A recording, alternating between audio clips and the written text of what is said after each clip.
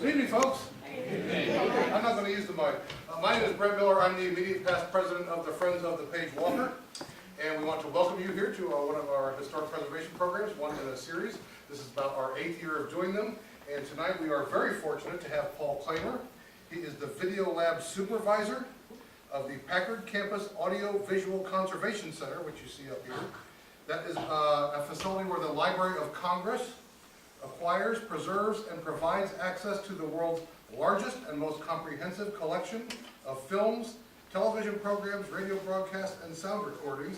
He's going to give us some behind-the-scenes information. I think he's going to start with the video, but Paul, all yours. Thank you for coming.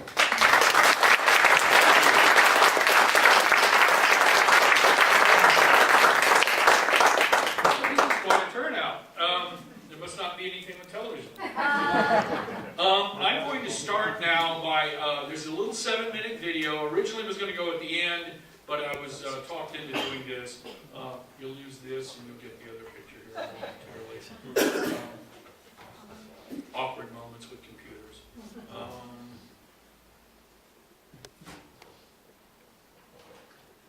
And you'll see some of the people that work there.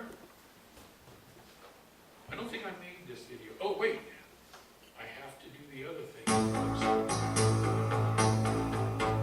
As the de facto National Library of the United States, the home of the Copyright Office, and the recipient of many donations of sound, recorded sound, and film, and television and video, we have a unique opportunity now that we can bring it all together in one place. The audio-visual creativity of the American people really transformed the audio-visual perception of the world in the 20th century. It's a huge American accomplishment. Which will learn simple.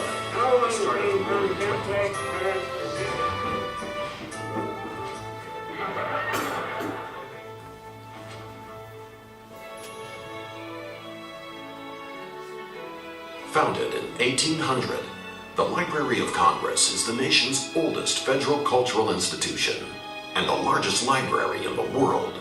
It seeks to spark imagination and creativity and to further human understanding and wisdom by providing access to knowledge through its magnificent collections, programs, and exhibitions. The mission of the Library of Congress? To make its resources available and useful to the Congress and to the American people, and to sustain and preserve its collections for generations to come. Over 80% of American movies made between 1893 and 1930 have been lost. The Library of Congress Packard Campus for Audiovisual Conservation represents a unique private-public partnership between the Packard Humanities Institute, the U.S. Congress, and the Library of Congress. The gift of the Packard Campus is the culmination of years of vision and effort put forth by the Packard Humanities Institute and Congress in particular, who recognize the value of preserving the past in order to inform the future. The reason that we can do this is because of the achievements of the thousands and tens of thousands of employees of the Hewlett-Packard Company over the years, especially in the first 50 years. And I think that they should really take the most pride in this. I don't think anyone should give me credit for it. Thanks to David Woodley Packard's deep understanding of the value and necessity of preserving America's audiovisual heritage, we will be able to sustain an audiovisual legacy otherwise lost to the ravages of time or indifference. David's background is in the study of early Greek civilization and Roman culture, and from his own studies he realized that looking at the fragments of cultures gives a very incomplete record of what survived from thousands of years ago. And I think it's fair to say that he did not want that to happen to American culture. And so that was very much, I think, the motive spirit behind the creation of this Packard campus. Until this moment in history, the ongoing abilities and capabilities to preserve and to conserve the nation's audiovisual record have been limited. The gift of the Packard campus, designed to grow and change with contemporary and future technology challenges, changes all of that.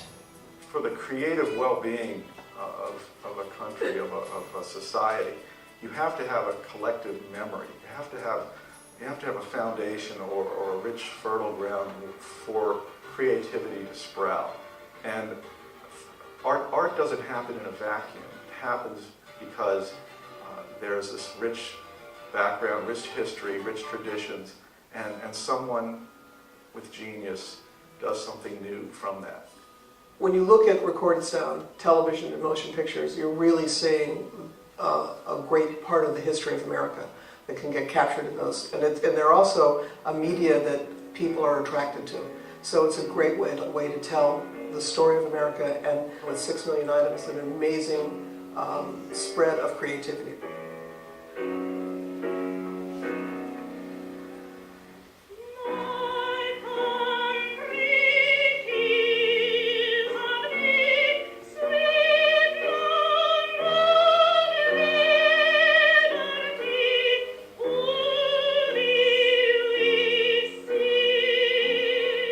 The Library of Congress's Motion Picture, Broadcasting, and Recorded Sound Division maintains the world's largest collection of audiovisual materials. The Packard campus houses the entire collection, including theatrical films, newsreels, television programs, radio broadcasts, early voice recordings of historical figures, and commercial sound recordings. We have 1.2 million moving image items, and that includes about 700,000 videotape, 500,000 reels of film. We get in about 30,000 items through copyright every year, but we also take in some very large film and video collections through gift and purchase every year as well. In the early days of moving pictures, producers filed paper prints of their projects with the Copyright Office of the Library of Congress. So they would send them to the Library of Congress to prevent piracy. And we have thousands of films that only survive on paper. Unfortunately, the films are lost. Innovative custom technologies unique to the Packard campus give conservators new tools to recover treasures from the past. We're now transferring the films. We're rephotographing them off of the paper back onto film so we can restore the titles.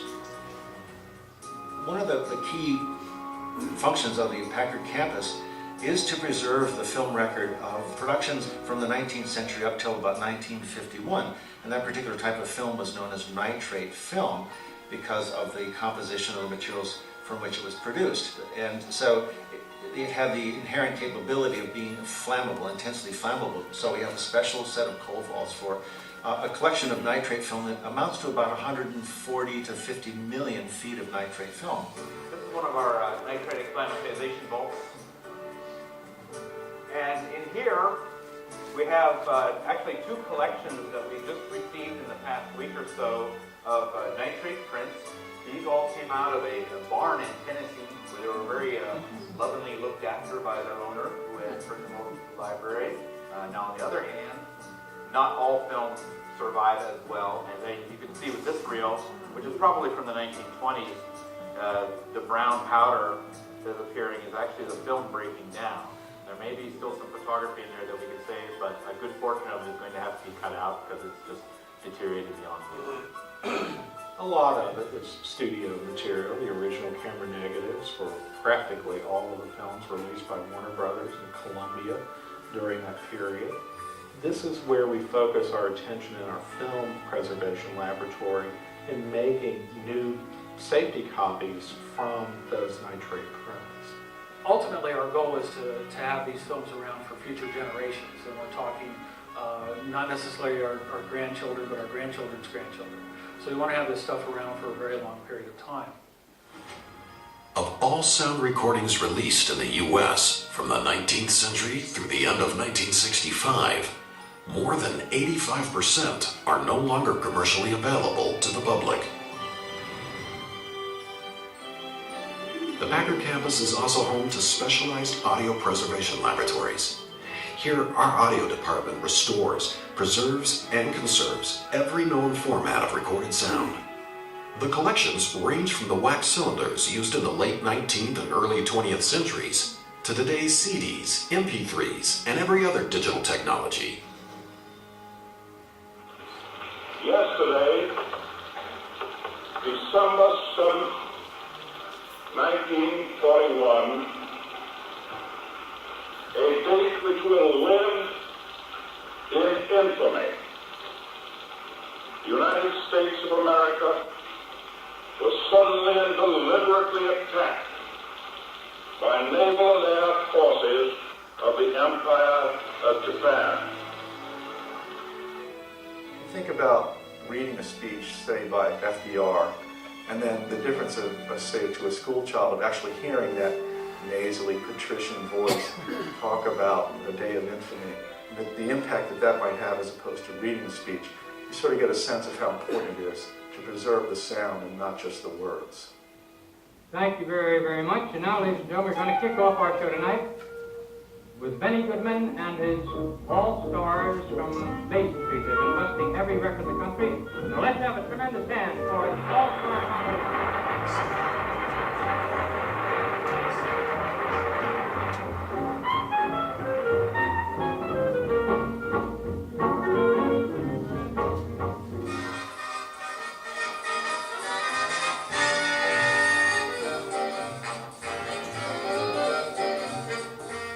Now we can preserve this for the next generation.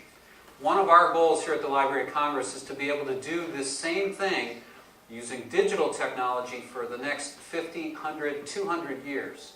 That's an incredible challenge because the digital world is very different from the analog world. But that's essentially where we want to go, so that the people 50 years from now can hear exactly what we're hearing in this great sounding room now.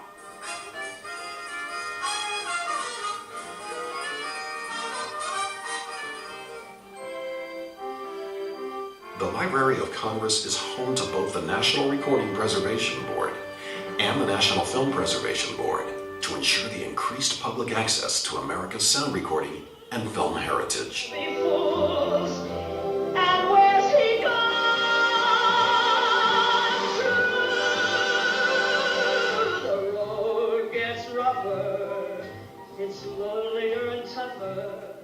More than 65% of television programs produced in America since the 1940s are not available in archives and may be lost forever.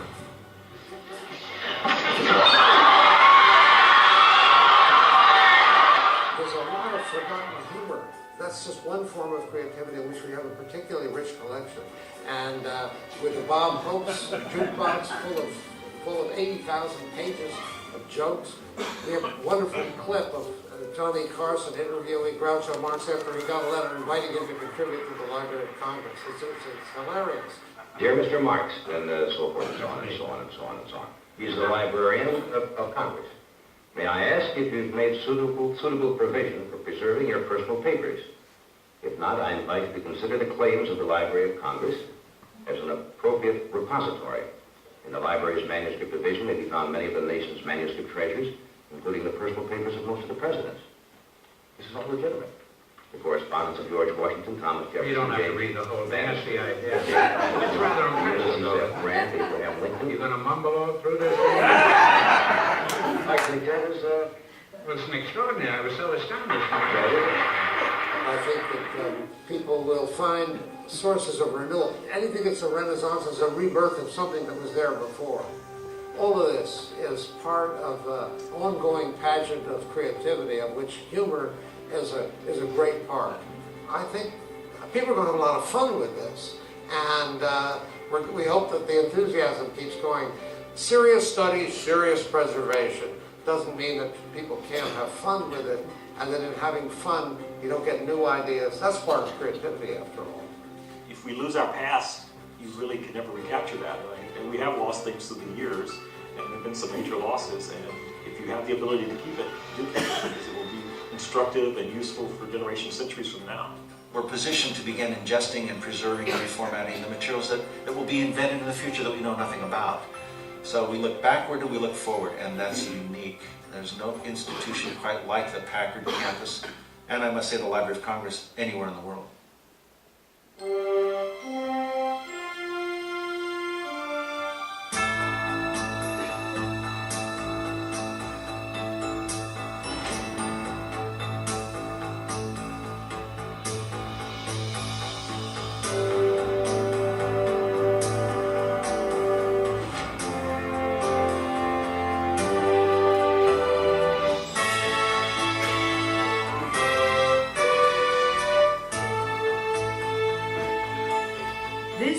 presentation of the Library of Congress.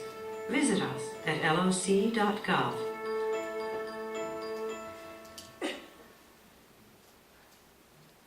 Okay, well, unfortunately, we're out of time now. Here, let's, I have to do a bunch of things on the computer. Now, no, here we go. Here we are. Let's see, my name's Paul Klamer. I am the Video Lab supervisor, and I was afraid there for a while in the clip you just watched, they wouldn't say anything about the Video Lab. Interestingly, the one clip they did show you of the Groucho Marx on the Tonight Show, that I think came from a kinescope, so technically that's from the film lab, not from the video lab. We do principally videotapes, and a lot of the very old stuff does not show up on videotape. This, you might, from that video, you got the impression that we were somewhere around Washington. And unfortunately, when I took this job, a lot of people thought I was somewhere around Washington. So they'd call me up and say, hey, I'm going to be in Washington. Can you meet me for lunch? I said, not really. We're way down there in Culpeper, 75 miles outside of Washington, D.C. We're there here in the Star. And as you can see, there's Raleigh down there. Some of you may have been there. And DC's up and over there.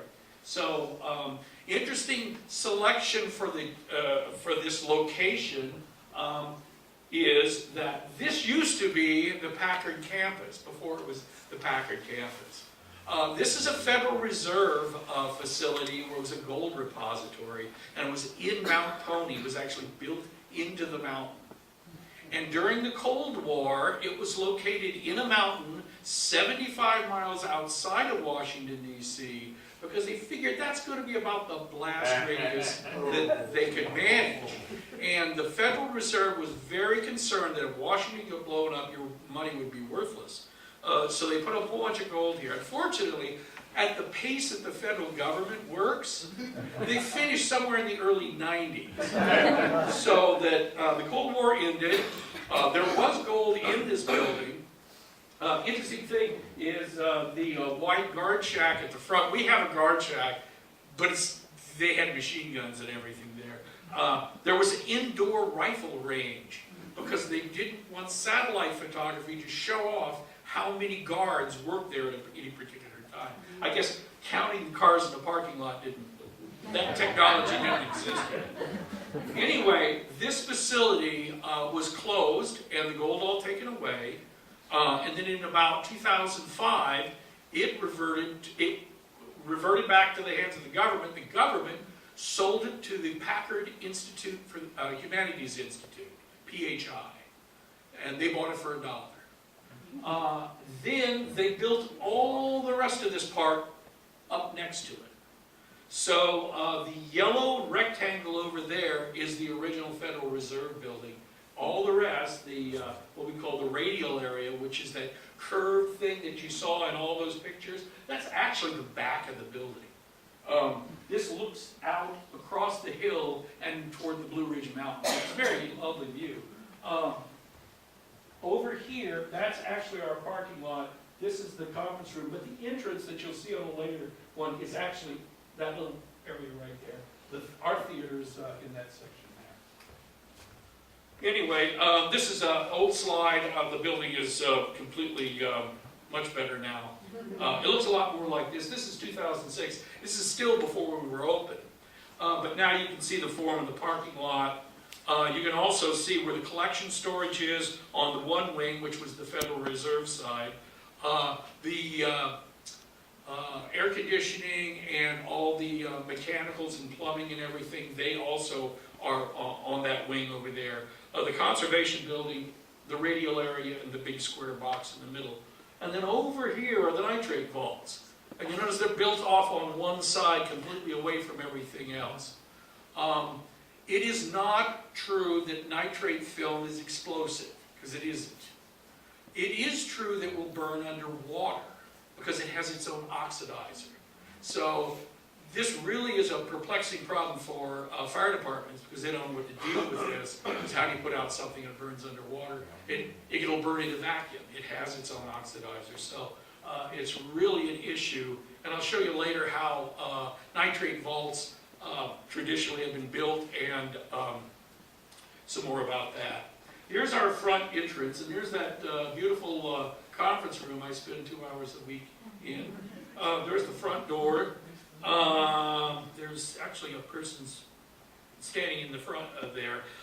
It's interesting to see these slides, because these slides are actually quite old. The head of the film lab, Kim Weissman, who you actually saw in that video, he's lost, by the way, about 100 pounds. It's funny seeing all these people from long ago. Anyway, Ken and I exchanged PowerPoint presentations. He did 2 of mine, and some of the slides I freely borrowed from his but these slides are quite old. This one was probably 2006 or so. No, 2007.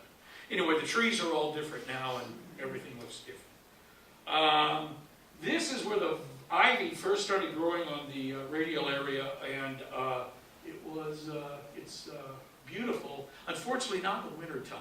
It's not this green right now, and it kind of looks like a whole bunch of weeds that are growing on the back of the building. How did this building get built? Well, you heard about the Packard Packard Humanities Institute, and you heard about the Federal Repository. Unique partnership between the U.S. Congress, Packard Humanities Institute, and the Library of Congress, and the Architect of the Capitol. PHI provided $155 million to build this facility, to design and build it. Congress then authorized another $80 million to go into this facility for equipment, HVAC improvements. A lot of this had to do with the environmentals for the collections areas. So we can maintain the humidity and the temperature, very tight constraints. Unfortunately, we can't do that through where the people are, but in the collection area, we're real good. When completed in 2007, PHI gift to the nation was the largest private donation ever made to the Library of Congress and remains to this day. So that's amazing what David Packard and his people did. Collections, you heard some of these numbers from the presentation, which was supposed to be at the end of it. Over 1.5 million moving image collection items, films, video. As you heard Mike Michon, who's my boss, say about 700,000 of those are videotapes. Newsreel and so on. 3 million audio collection items. A lot of these are everything from wire recordings, music box discs, LPs, 45s, 78s, you name it. There were a lot of different formats for audio. Audio from radio broadcasts. They used to have these big preservation discs. 1.7 million supporting documents, screenplays, manuscripts, photographs, and press kits. Total of 6.3 million. That was back then. I'm pretty sure we're over 7 million now because we do get some very large collections. Not long ago, we have the Bob Hope collection, as you saw there. Jerry Lewis is, I think, the most recent one. And we have all of his content. Dick Cavett, his television show is absolutely amazing because it was in the 70s, and I remember all these people. But he had, for instance, Muhammad Ali on 3 times, one time with Norman Mailer. So it was a fascinating show to see Norman Mailer telling Muhammad Ali everything about boxing. Yeah, a lot of this slide is recap from the other. Consolidates collections that were stored in 4 states and the District of Columbia in a new facility with state-of-the-art environmental controls and 25 years of collection growth. Funny secret, we're full. And we always say, and we'll have space for it now. Because nature abhors a vacuum and archivists abhor an empty room, and so we're slammed right now. Utilizes diverse modes of preservation from hands-on boutique copying of rare, fragile materials to streamline robotic transfers. You actually did see some of the video of the robot there. We have 4 robots in the video lab. 3 of them for 3/4 inch Ematic and 1 for VHS, and those by far outproduce everything else in the entire facility, including recorded sound and film. We started the facility with a 30-year backlog from the Copyright Office of analog materials. And it was brought up that there's no way that you're going to transfer all these 3/4 inch tapes before the oxide falls off the tape and they're completely unreadable. We're really looking at probably 18 to 24 months and we're done with the analog backlog, simply because of the robots. Which I just realized I told that story, and there's a later slide that completely I won't have to go over. So what do we do there? You know, you got kind of a flavor for it, so, but it is the nation's digital archive for film, video, and recorded sound. It's the media archive for the Copyright Office. You heard Mike say that we get material from the Copyright Office. Actually, about 66% of our collections come to us from the Copyright Office. The connection with the Copyright Office started under the administration of Ulysses S. Grant. After the war, the Library of Congress was asking for more money, and he said, well, what do you need money for? The Copyright Office has got all these books. Well, it continued on from then. We do have free screenings of silent, classic, and cult films 3 nights a week. So if you're ever in Culpeper, and I'll give you the URL, then you can actually see what movies are playing when. But we do a lot more than that. We have a film lab, a full-service, black and white currently, film lab. We have only recently done more as far as film scanning goes. This facility was actually built to be a photochemical restoration and preservation facility. Now that you can barely buy 35mm film stock, they've re-examined their position as far as being an analog preservation facility, and now the film lab is really the last one to come on board with the digital preservation. Originally, obviously, it shows up in the video lab as one of the first places, and the audio lab. Actually, audio, recorded sound went digital before anybody else with CDs. Not that CDs are a good example, but all three, the film, the video, and the recorded sound lab, does digitization and archive. This is a comedic slide. What we are not the conservator of the Constitution or the Bill of Rights. Those are NARA, that's the National Archive. And it's under the executive branch, we're under the legislative branch. So we like to think we're the kinder, gentler, kind of fuzzy library as opposed to NARA. But we actually do a lot of the same things. NARA, interestingly enough, being under the executive branch, they have World War II footage a lot more than we have. We have World War II footage, but they tend to be from civilians who were there shooting stuff. Interestingly enough, for some reason, the Marine Corps had some falling out with NARA at once upon a time, so we are loaded with Marine Corps stuff. But you know those Marines, they'll pick a fight with you. No, and we don't bring books to the general public, but your congressmen or senators can borrow books. We'll provide them. In fact, we have services just specifically for Congress up on Capitol Hill. We don't have library police, but we used to. It used to be that every bureaucracy in the federal government had their own police department, and they've stopped that. I can't imagine telling somebody that you're a police officer. Oh, really? Where? The library. Now, I'm going to explain a little bit. It's 8 o'clock. It is 8 o'clock. About how the libraries work. I really turned that. The 3 A's of a library. There is sessioning, archiving, and access. Okay? A sessioning is getting it all together, getting it organized and cataloged, and getting it ready to be put on a shelf. And a shelf is the archiving component of it. But it doesn't do anybody any good if it just sits on a shelf.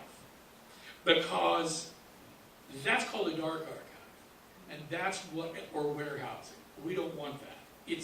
I think the video made clear that we are there so people can have access to these classic titles and things.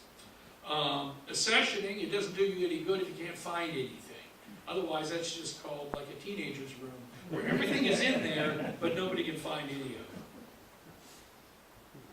So this is a very, very generalized block diagram, a flow of the work through our facility. And as you'll see, this collection item, processing unit, and catalog. All right, this would be a brand new collection item that comes into our facility. It goes to the processing unit. The processing unit is two things. It is, there's a physical storage because it's a physical item that needs to be stored someplace, and there's cataloging of it. That, generally speaking, those 3 blocks, 4 blocks, that's the accessioning component of all of this. Over there are the film lab, the video lab, and recorded sound labs. And you see, they actually get that content in a mode where it can be put into either the digital archive, or in the case, we still have a film archive. We don't burn the film when we're done scanning it. And frequently, we don't scan the film at all unless it rises to, because our scanning capability is still limited. Okay, so we have a film archive. That film gets inspected. People look at it, they make sure it's good to go and be put in. A lot of times, if the film is badly degenerated, they'll go ahead and strike a print of it or make a duplicate analog on safety film so that we know that safety film will be around in 20, 25 years when they finally get around to redoing things.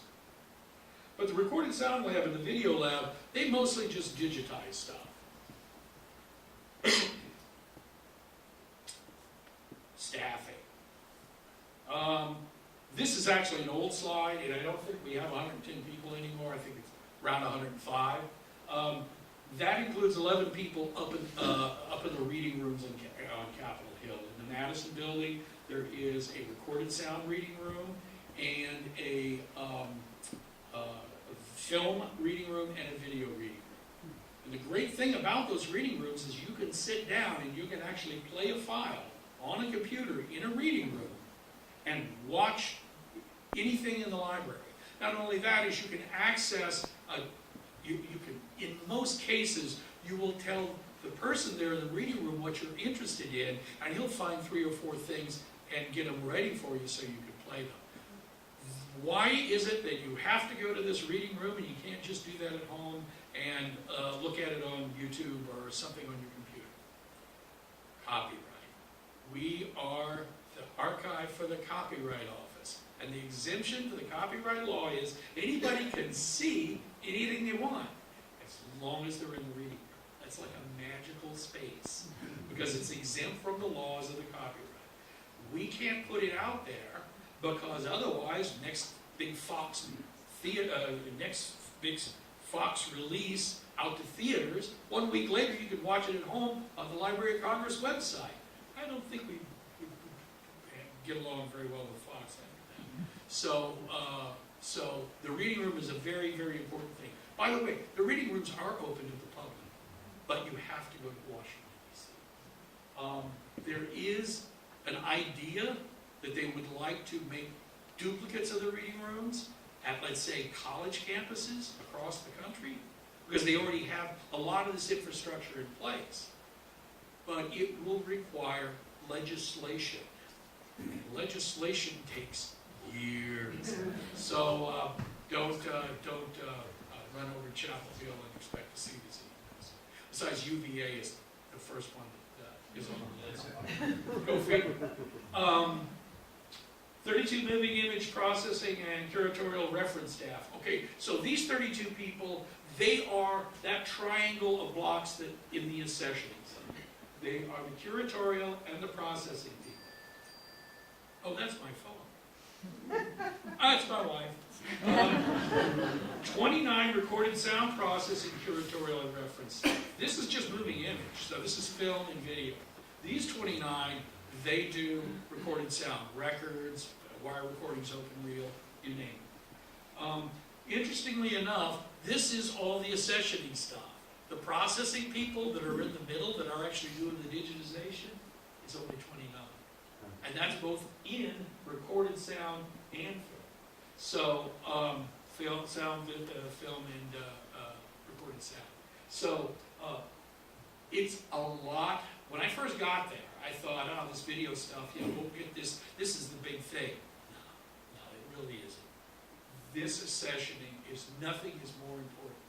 Because without a record, without a findable means of finding things and having it organized, the rest of this really doesn't matter. Because it'd just be, it would be like the warehouse in the last scene of Indiana Jones, what we have actually a room called the Indiana Jones room, where it would be thousands of boxes and crates, and you would have absolutely no chance of ever finding them. AV Preservation Services staff and 20 administrative staff. They're the ones that call all the meetings and keep us from getting even. This, you saw some of this in the video. In fact, you probably saw better pictures of it in the video. This is some of our vaults. This is a strange picture because this isn't one picture, it's three. Their 35 millimeter film, for instance, isn't in the same vault as open reel magnetic audio tape, which is on the far side there. The thing in the middle, yes, honey. The thing in the middle is the video vault. So unfortunately, I didn't have a still of like an infinite number of videotapes. So this is the hallway outside it. But I did want to include at least one shot of a hallway that goes to the vanishing point because we have a lot of those in our facility. These are LP records, 33 1/3. Some of you old enough might remember college dorms that were festooned with these kind of things. We have fancier shells. That's what the only difference. And on the far side over there, that rather attractive box that's sitting next to the red canister. The red canister is a gas fire suppression unit. The box next to it is music box discs. They have discs that the original old music boxes. Not the ones that you wind up in like your jewelry case, but the big ones that had replaceable discs. And the thing in the middle here is another hallway that goes to the vanishing point. That's the nitrate vaults.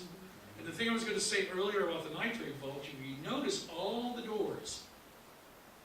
You can't put the fire out, but you can contain it if you flood it with water, which keeps it cold, cooler, and it keeps it from spreading. So you're going to lose the one small room, the vault that you're in, but you won't lose the adjacent ones. And that's how those were built. When I first went to Hollywood and was working at the Warner Brothers lot, there used to be dozens of nitrate vaults there. And they all had the same thing. It was a crazy looking building. It looked like an office building, but every office was only 5 feet wide and had one door. Oh, and there was also a water main that ran all the way across the back of the building. And I mean a huge water main that ran all the way across, and they would just dump water in. Yes, you have a question? Is the intention to take the nitrate film and put them on a more stable media? Okay. It was at one time. Okay. Acetate-based film is called safety film. Nitrate-based film is called unsafety film or something else. Acetate, however, is not a stable film either because it's subject to vinegar syndrome. And vinegar syndrome is where the film, the acetic acid, actually bleeds out of the base of the film, and it's contagious. If one roll of film in a room full of acetate starts smelling, soon all the rest of them will. and it's almost like a disease. You have to take the affected rolls completely out of that room. At Warner Brothers, we had sensors in the air conditioning lines, ducts, and the only thing you look for is acetic acid. Because if you sense it acetic acid, you just start immediately going through the entire room. So whereas nitrate film, as bad as the one that George Williman had in the video, is bad, that film's over 100 years old, and it was stored improperly. Properly stored nitrate film looks great after about 100 years. Not so with acetate-based film. So once upon a time, the idea was they'd constantly keep moving it to acetate, from nitrate to acetate, and then they'd keep making clones of that. Nowadays, it looks like what we'll do is we'll scan the nitrate, skip the acetate component completely, and save files. There are a number of problems with that. I think I've got a slide, so I'm not going to say any more because then I won't have to talk about that slide. Anyway, I think we're done with this. This is non-physical media storage. This on the left is a whole bunch of racks, and in those racks is 1 petabyte of storage, disk storage, spinning disk. Really fast, really nice. On the other side is a multi-petabyte robotic storage. It's tape, it's individual tapes, but there's a robot that moves the tapes around and puts them in various drives. We use the Storage Tech T10000 tapes. They were better for better suited for our purposes. So there's 1 petabyte over here, and this box over here can, I think, hold. It can archive and access 100 petabytes. So 100 petabytes in a room. That sounds like so big deal. So what is 100 petabytes? Well, 100 petabytes, we'll work our way up. 45-minute stereo audio. This is like an LP. It's about 1.5 gigabytes, uncompressed, just the way it is. I know MP3s and things that you download from iTunes are much, much smaller than that. But the reason is they use data compression. This is completely uncompressed, and it's at 96 kilohertz sampling rate, which I won't get into. 60-minute standard definition TV show. I can't say Johnny Carson, but something was 60 minutes long. Rowan and Martin's Laughing. We did those couple of winters ago. That's about 24 gigabytes. Now there is a compression component to that, but it's mathematically lossless. It's completely reversible compression. 100-minute color moving 2K resolution, which is about what you'll see in a digital cinema theater, is about 1.5 terabytes. And so 1 petabyte, using this, 1 petabyte is 700,000 LPs, or is 43,690 hours of standard definition television, or it's 600 feature films. Now that's just on the spinning disc that you saw on the left side. It's 100 times those numbers in the tape robot on the other side. Currently, what we've been able to digitize so far is about almost 5.5 petabytes, which is an enormous amount. And again, a lot of it had to do with those robots. I'm going to get a little technical here, because I have to. There is a school of thought that film is a gift from God, and we must never, ever step away and stop loving that film. I think, at least for me, it's the performances that occur on those films. Judy Garland is more compelling than 35mm acetate film. So, when we're stepping away from doing things on film, we're not apostates, we're not evil, we're not doing things because it's cheap. We're doing things for all of these reasons right here. One, and first and foremost, and I used to have lots of discussions with the head of the film lab on this, analog duplication is never, ever, ever achieved without a degradation of the image quality. It has to. Even if you have everything focused to perfection, a piece of dirt that lands in your scan, in this copy will be in every subsequent copy that you ever have for all time. Now let's say you have to every 20 years make a new print of a movie, and every time a new piece of lint lands somewhere on it, 100 years from now, it's going to look like a mess. And then what you're going to do, you're going to go back to the original film elements that you archived, and each time it just expands. So it's a big problem. But you can never duplicate an analog. Even if it's just, I'm going to record this album on a cassette. It's all analog, should be perfect. Well, no, it isn't. File duplication results in no degradation. If you do your taxes on a spreadsheet, and you send that spreadsheet to your accountant, who is then going to take those numbers to prepare your taxes, $100,000 doesn't turn into $116,000 because of analog degradation. Those numbers are always going to be the same. And we can prove it. Fixity checks are what we use every day. It's a checksum. Without getting into the math, imagine adding up all the numbers this way in a file, then adding up all the numbers this way in the file, and you end up with a great, great, great big number.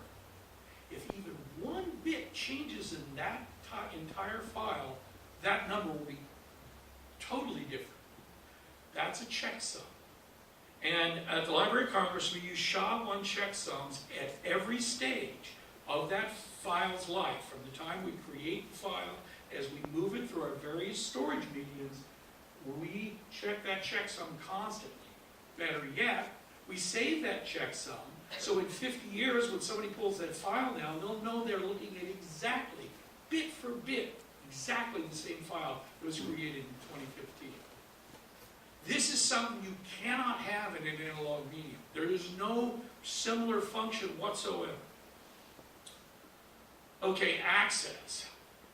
I love videotapes. Boy, I love these videotapes. Videotapes are so important in my life. But can I play a 50-year-old videotape in my house? No, I don't have a 2-inch quadruplex videotape machine. I just never, I've worked on them before in my career, but I just never thought to buy one. Not only that, but I can download that Ed Sullivan Show on YouTube, and I can watch it. I can download a Green Acres episode, and I can watch that. Both of those shows were done on 2-inch quadruplex videotape. So I don't need one if I've got a computer, except somebody's going to the trouble of digitizing that show. More importantly, at the very bottom, can you keep a 50-year-old videotape machine running today, or 20 years from now, or 50 years from now? The thing that's interesting is there's enough of these old tape machines around now, but I'm 60 years old, and I'm of the last generation of guys that worked on these tape machines. So when I retire, I'm the last of the crop. There's no more guys out there that know how to work on an RCA TR-600. There just aren't. Unless you're learning it today from somebody. So, the inability to access these files, the inability to access these videotapes in the future, because the tape machines don't work anymore, because the people that fix them are gone, or because the media itself has fallen apart and all the oxide's fallen out. All of these reasons we need to get to this stuff today. We need to get these things digitized today. There's two models of archiving, and we've seen a bunch of this recently. There's the film studio model. Film studios did this for a century. You get a really, really, really cold room, and you put all your film in it for 100 years. And you might go and look at it every once in a while, but probably not unless it's an A title. Unless it's going with the wind, it just sits there. And believe it or not, this works. Especially worked well with nitrate film. Acetate safety film didn't work nearly as well because of the vinegar syndrome. Data model. You make a tape backup of all your data, and every 5 years you move it to the next format. And this drives studio people absolutely be just off the edge. Because this costs me money every year. And it costs me just as much money for the A title, The Gone with the Wind, as it does for the B movies that nobody's ever going to, you know, the Republic cereal, Western cereals and stuff like that. So this drives them crazy. The only time the studio makes money is when it's in release. It's when the title's in release, not when it's sitting in a vault. So they love this model, and it's been very difficult. We've had meetings with the Motion Picture Academy, and the very first thing we had to get them off of is this notion. They wanted a digital preservation system that worked for 100 years. What's it going to go in? Is it going to go in like a box that has, what kind of cable coming out the back? USB 3? I don't know that you'll find a USB 3 bus in 100 years. The problem becomes you have to warehouse all the pieces of it, including the computer. You can't do that. I always brought up the analogy of the movie, one of my favorites, The Time Machine, of the spinning rings, and you'd spin them and it could tell you what happened before the Holocaust and the end of the world and everything. Well, that was a great device for exposition in the movie and the book, but it wouldn't work. Even, you'd have to archive even the power supply and everything else that ran it. So that really doesn't work. That's Brian. He's one of our recorded sound guys. And you see, he's got multiple audio cassette decks in front of him, and he's digitizing all of those at the same time. That was one of the impetuses in this facility, is to do more, is get this stuff digitized and get going on it. On the far right over there is the SAMR robots. The SAMR robots were actually designed, they were spec'd for the Library of Congress to do this kind of work. We made recommendations of what it needed to do, and the vendor provided those, and we have 4 of those, and it's actually a commercial product now. But those were developed for the library to get this stuff done, and certainly in the case of the robots over there, the blue boxes, they've done quite well. This is one of Ken's old slides. New software has been developed for the PEC, the Packard campus, that integrates our systems. We did also get a new database called Mavis. This has the media archive. Moving image, audio, recorded sound, I think is something like Mavis. That's an acronym naturally. But from my desk, I can access the entire catalog and see what we've got. We also have workflow software. It's called PACWA, the Packard Campus Workflow Application. PACWA allows me to look at all my jobs as going through my lab and see which ones are behind, is everything going well, are we jammed up on stuff, do we have all our elements available to make, to do what we're supposed to be doing. All of these things were developed for the Packard campus. And for the most part, we're actually doing a major update to PACWA right now.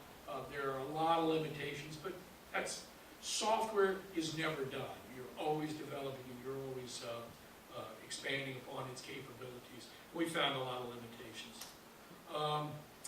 As you might imagine, we do a lot of collaboration with our IT group. These are the people that either built the facility, designed the facility, installed the equipment, wrote the software. Gusman Group did the PACWA software.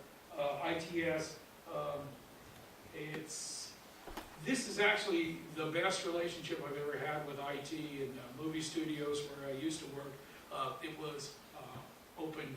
It was just, they would do anything but help you. The 3 guys that we've got in our facility now do a great job and really helped out a lot. For those propeller heads that really want to know what we archive, recorded sound uses a 96 kilohertz, 24-bit broadcast wave file. That's their principal file. They also, in some cases, create a proxy file. It's a lower bitrate version. Could be an MP3 file, but and that's for accessing it on the internet. You need something smaller to access on the internet. This file here is just probably too big for most of the access. As you can remember that they actually watch it live streaming in Washington D.C. at the reading rooms from our facility. So we have to help them out a little bit. Video goes to JPEG 2000, MXF OP1A. We use a reversible codec. What reversible means is like a zipping. If you zip a file on your computer, it makes it smaller, but it doesn't change it in the numbers or anything inside. So it's mathematically lossless, completely reversible. That's the type of codec we use for our images. So we can go all the way back to the original image without any degradation whatsoever. An MPEG-4 file or something that you see, like the Library of Congress video you saw, that was at a much lower bit rate. It was heavily compressed, and you can see, certainly from up here, you can see the compression of that. We don't want to do that. Film. Okay, so film, we're now doing film, the digital file, 2K from 16 millimeter, 4K resolution, 4,096 pixels all the way across the picture, on 35 millimeter, and we also do like 2K from paper prints, because really there's not much resolution there. After it's gone from film to paper and back to film again, it's pretty bad shape.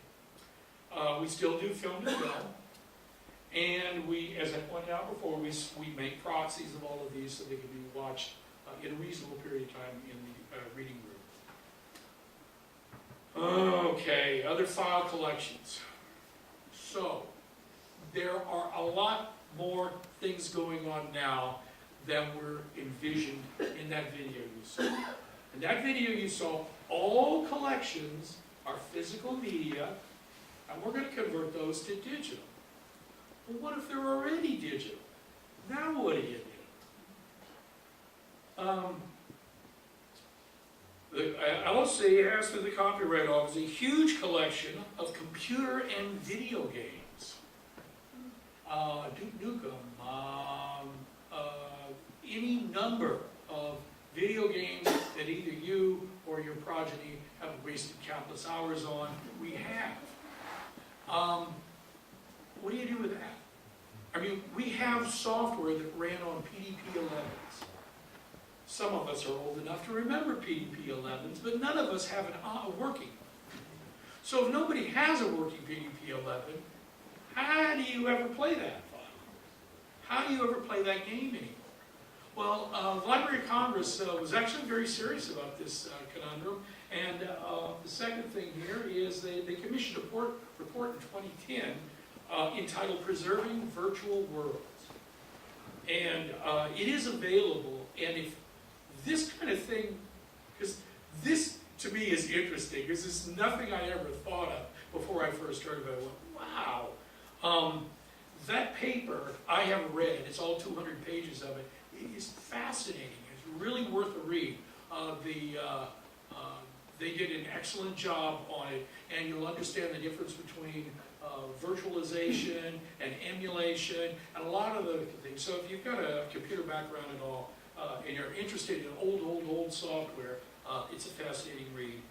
There's the URL there. Nowadays, we're getting file collections.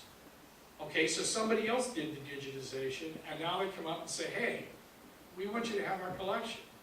Oh, thanks. This happened recently. We imported 14,000 files from the History Makers, which is an African-American oral history project in Chicago. And they contacted us, and they said, hey, we've got all these things. How would you like them? And originally it was going to be videotapes. And they said, well, wait, you know, we've digitized these things already. Oh, yeah? Okay. Well, heck, we'll take those. And I'm glad we did, but it was so much more work than if they just gave us videotapes. Because we had to create new systems for importing 14,000 files. Remember the fixity checks thing I talked about earlier? The SHA-1 checksums? We took the SHA-1 checksums all the way back from when the files were created in Chicago, and we carry that number and check. It's 8:30. It's 8:30, so I'm out of time. We go all the way to the end, and we can still match that fixity check number all the way back to the beginning, so that we know that we have the file. It hasn't been, it's just perfect the way it was. So, and you do that 14,000 times, you get good at it with practice. The other thing is, because of that number is so large, you can't have a person have to do something. Even if they only have to type 3 letters, they have to do it 14,000 times. We knew that this was exactly what we needed to kind of get a kick in the pants to get started down the road of automating this type of process. Right now, we're working on a project called the American Archive Project. It's the old PBS library. We're doing it in conjunction with WGBH in Boston. And it's all those PBS shows that you remember. We have no fear now. Why? Because we did 14,000 of these files for this. The American Archive Project is significantly larger than this. But it doesn't matter, because as long as we don't have to, as long as there's no personnel involved on a one-to-one relationship with files, it doesn't matter. Dick Cavett. Dick Cavett was an interesting one in that they gave us their collection, all of Dick's tapes from all of his shows, the PBS show, the ABC show, all of them.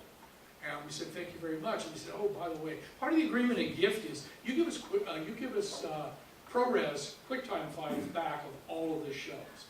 So we had to digitize them right away because they had a time frame that they wanted these files back. So we not only had to digitize them quickly, which gave us a kick in the pants, but we had to convert them, because if you notice that list of files, we don't use ProRes files in our facility. So we had to come up with a quick method of making all these different kind of files. So that was, it's been a real pain, but it was one I'm glad we took, because now when people ask us about things like that, we show no fear. I would strongly urge you to avail yourself of this website. It's real easy to remember, loc.gov.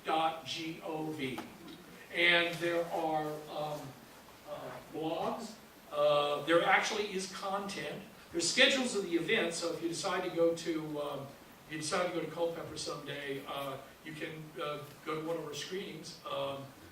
There's a list of all the screenings and what's going on every month. And there are film, video, and recorded sound content online. And a thing called the National Jukebox. The National Jukebox is a fascinating thing, especially if you're interested in foxtrots of the 20s and things like that. But these are all classic recordings. They're all public domain. And that's the thing that we have to work around, is the fact that we cannot, and certainly the last thing we want to do is screw up anybody's copyrights. And I came out on time.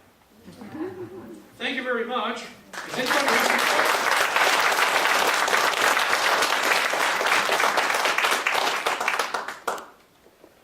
Okay, one here. What are you doing about the internet, like the Wayback Machine? Okay, that is part of one of the digital projects. This falls under the heading of, and when I talk to IT guys about this, they look like deer in the headlights kind of look, because it is, oh my God, there's so many petabytes that's out there that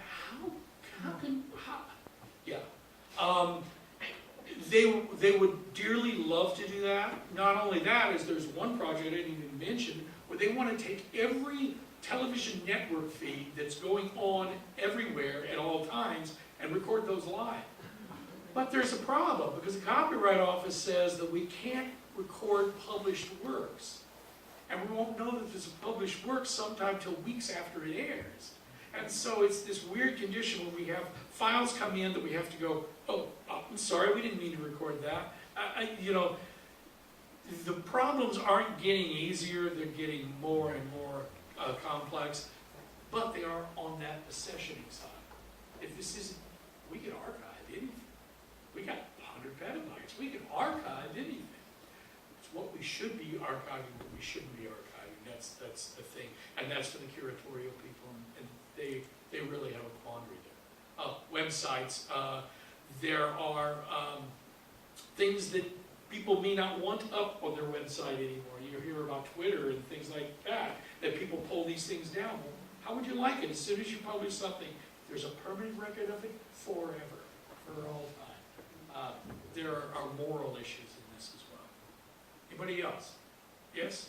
How do you compare yourself, or do you work with a group like the Paley Institute? Haley. Okay, so there are numerous outreach things that we're doing. We're working currently. It's kind of like what's the next bright shiny object. I mean, we go to EMEA and we take part in presentations and in EMEA, and we try to work. I've had meetings with Smithsonian, NASA, all kind of other things. There's a group called INDIP, which is the National Digital Archive. In fact, that's what the web thing is under INDIP. There are many, numerous outreach programs. The problem I have seen with outreach programs is if they contact one another way up here by the librarian's office, they have a difficult time actually getting traction down below. But if I talk to somebody with the Smithsonian or American Archive Project, and they say, can you do this? Yeah, I can do that. Okay. So it's very difficult for two institutions to connect at a low level. They most commonly do it at high levels. And for all the promise of these interactions or joint projects, I haven't seen too many of them really, like INDIP generates a lot of meetings, but I haven't seen really too much good come out of it. I'd be happy to be shown or proved wrong, but I really haven't seen it. So another one up here? Can you talk through the process? Let's say I would want to use some material that's in a newsreel. Yes. You have, and I want to use as part of a B-roll for documentary in Cary, North Carolina. Yeah. How do I find out about it, look at it, make a copy, satisfy the copyright issues? Good question. The reason it's a good question because there's something I completely overlooked in this presentation, and that's our PSO office, Public Service Office. And on this website, you can contact the PSO office, or you could probably talk to Chris and Wade and have them get a hold of me. We have a PSO office. The very first thing you'd have to know is kind of where it might be. For instance, newsreels are particularly problematic to catalog because they change, they don't like it when things keep changing when they're trying to catalog something. So it'd be difficult to find a reel of film, but if you could, tell us which of the movie newsreels it was, and contact. They could get you 35mm print. They cannot, however, grant you use letter. The use letter has to come from the copyright holder, but they can tell you who the copyright holder is, or whether it's in public domain. So you need to talk to the PSO office. A PSO office, I don't have a phone number or anything. Ryan's our guy. If you wanted to look at film, you're going to have to go to DC. Is that a walk-in basis or reservation? That's a good question. I've never had to do it myself. In fact, I've only been to Washington about 7 or 8 times. I had to go to a class one time. It was a nightmare. I can get you more information on that. I absolutely can get you more information on that. But there is a way, because, all right, last off-topic story. There's a guy who has a list of all the Ted Mack amateur hours. And he somehow or another connects with all these other people. I don't know, I've never seen ads for him and stuff like that. The library charges ridiculously cheap rates for their material because we're not allowed to make a profit because the taxpayers of the United States already paid for all this. All we're allowed to charge them is what it costs us, and it doesn't cost us money. But anyway, He sells people VHS tapes still of their grandfather's performance on the Tegnac Amateur Hour, even though the Tegnac Amateur Hour has been in public domain for decades. But he takes these and makes these videotapes, and he'll send it to them. And it's the family's dream come true, but they paid way too much money for it, and then we did all the work for it, including making the VHS tape. So, but he puts his own labels over the he's not evil, but he wouldn't, yeah. It's a amusing story about a very entrepreneurial guy. Is that it? The light went out. So. Oh, one more here. Do you ever get impacted by congressional politics, like changes in leadership or government shutdowns? Yeah, government shutdowns, we were shut down. You know, it's funny. I don't want to go into another long story.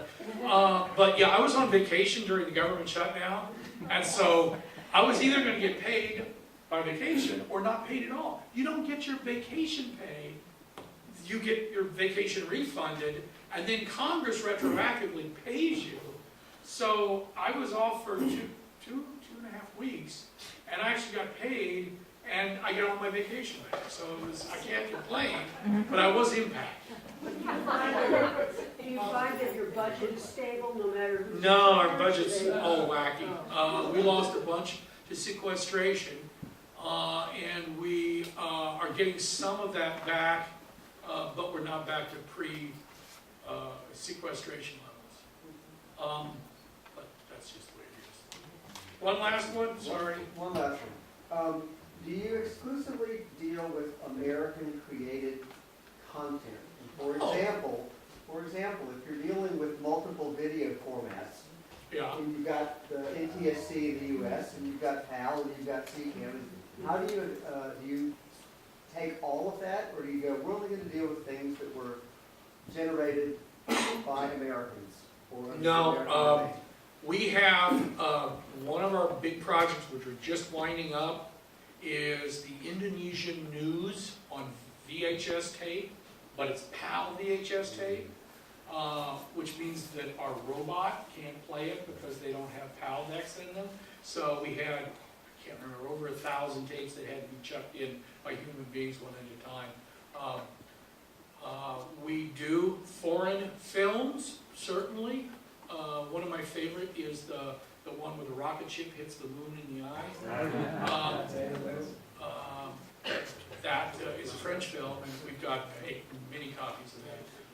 But what we do, and it's apostasy, I know, but since it is the U.S. Library of Congress, we have on video content, we'll convert it to NTSC. When back in the days when they were looking at them on televisions and monitors, now that it's on computers, it really doesn't matter anymore. We can do 25, 30 hertz. It doesn't make any difference one way or the other. And in HD, we frequently do 24 frame for film, unless it's silent film, and then we do 30 because you can't, because silent film wasn't 24 frame, it was whatever they cranked that day. Anyway, I gotta go. Well, really fantastic.